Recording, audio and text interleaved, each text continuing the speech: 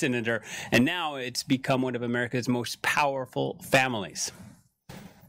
Yeah, absolutely. And you can't really see another family having that much power and having had such a long history of, first of all, service to the country, but also of having positions of power. The Clinton family maybe comes a little bit close to that, but certainly not as big as the Bush family, because, as you mentioned, there was the father of George H.W. Bush, who was a senator, then the president who passed away just a few hours ago at the age of 94. But look at his three sons.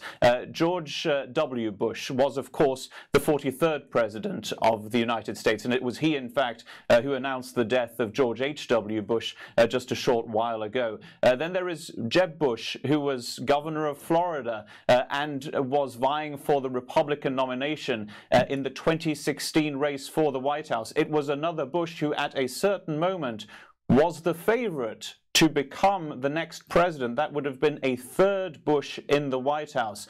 And the third son of George H.W. Bush, by the way, also holds office in the state of Texas. That surely is a family dynasty. And I should just mention that what you see behind me there, by the way, is the White House that is not illuminated for a change. But what you see just next to me, that's the flag at half-staff already on top atop the White House. We've already heard reactions coming in from the likes of President Obama, but also just a few minutes ago from President Trump, who's currently in Argentina at the G20 summit and is expected back in Washington tomorrow. Thank you very much, Philip. Philip Crowther reporting from Washington on the passing of America's 41st president, George H. Bush. And as he was saying, some reactions coming in from the 45th president, the current Donald Trump, praising George H. Bush's unflappable leadership and sound judgment. Also, a reaction coming in from his predecessor, Barack Obama, who said that America has lost a patriot and a humble servant, that his heart was heavy and filled with gratitude. Thoughts with the Bush family. Now, Saturday is the second and final day of the G20 summit in Buenos Aires. One of the questions being asked is if there will be enough consensus to issue a final communique. There's already been tough haggling, but differences remain on a number of fronts, including trade and climate change. Also in the spotlight are the world's two biggest economies. U.S. President Donald Trump will have dinner with China's Xi Jinping as the two leaders look to resolve their trade dispute. France 24's Declan McCarvey reports from Buenos Aires. Will they bury the hatchet or escalate the fight? At the G20 summit in Buenos Aires, all eyes are on the expected bilateral meeting between US President Donald Trump and his Chinese counterpart, President Xi Jinping.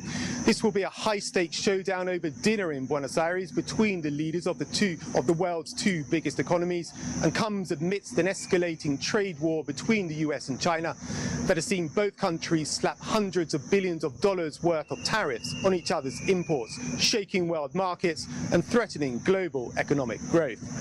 President Trump started this G20 summit in Buenos Aires on a high note when signing a new North American free trade agreement with the leaders of Mexico and Canada, but has taken a much harder stance when it comes to China, vowing to escalate this trade war even further should President Xi Jinping not cede to his demands at this meeting. From Buenos Aires, Donald Trump's press secretary describing Chinese economic activity as predatory. Incendiary remarks and a hardening of positions ahead of this meeting, and what looks likely to follow looks much less likely being a case of a potential ceasefire and much more an upping of tensions and of confrontation. Declan McGarvey reporting there. Now, France bracing for more gridlock as Act 3 of the so-called Yellow Vest protests begins later today. This against rising fuel taxes and the high cost of living. Roadblocks and rallies set to take place across the country, while here in Paris, security being ramped up. And the Champs-Élysées Avenue open only to pedestrians. Owen Barnell has a story. Braced for the next wave of Yellow Vest protests. The Champs-Élysées prepares for a repeat of last weekend.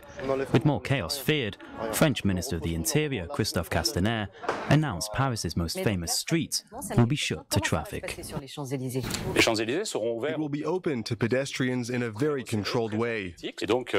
So they'll be able to go in, but they'll have their ID and bags checked to ensure nobody is armed. This time round, shopkeepers are not taking any chances. Many hope that with Christmas on the way, another weekend's shopping won't be disrupted. The Champs-Élysées must be safe both for passers-by and employees.